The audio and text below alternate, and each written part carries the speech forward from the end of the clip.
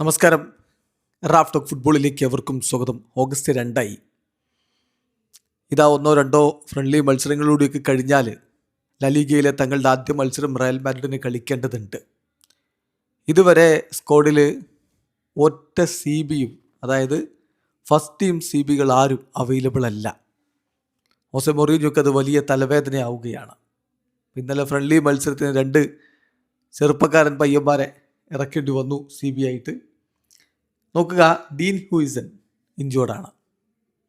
ലാലിഗയുടെ സ്റ്റാർട്ടിങ്ങിന് അദ്ദേഹം അവൈലബിൾ ആകുമോ എന്ന് ഉറപ്പില്ല. റൗൾ അസെൻസിയോ 6 ആഴ്ച പുറത്താണെന്ന് ഉറപ്പായി. ലാലിഗയിലെ സ്റ്റാർട്ടിങ് അദ്ദേഹത്തിന് നഷ്ടമാകും. ആൻ്റോണിയോ റൂഡിഗർ ഇപ്പോഴും റെഡിയല്ല. ഇബ്രാഹിമ കൊനാട്ടെ ഹോളിഡേയ്സിലാണ്, തിരികെ വരും, കളിക്കാനുണ്ടാകുമെന്ന് തന്നെ പ്രതീക്ഷിക്കാം.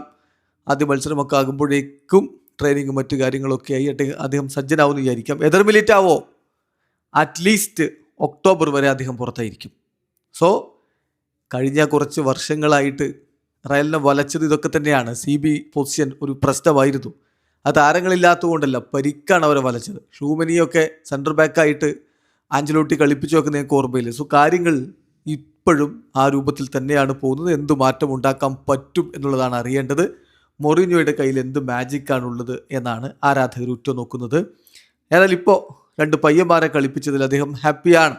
ജോൺ മാർട്ടിനസും മാരിയോ റിവാസും അവർ വളരെ ഫാൻറ്റാസ്റ്റിക് ആയിട്ടുള്ള ഫ്യൂച്ചറുള്ള താരങ്ങളാണ് എന്ന് കോച്ച് പറയുന്നു. പക്ഷേ ഫിസിക്കലി അവർ അത്രത്തോളം മികവുള്ളവരല്ല എന്നതും പറയുന്നു. അത് ശരിയാണ്, ചെറിയ പയ്യന്മാരാണ്. അവരുടെ മേൽ വലിയ ഭാരം കെട്ടിവെക്കുന്നതിലും അർത്ഥമില്ല. സോ ടീം നല്ല രൂപത്തിൽ ശക്തിപ്പെടുത്തുന്നുണ്ട് റയൽ മാഡ്രിഡ് എന്നുള്ളതൊക്കെ ശരിയാണ്.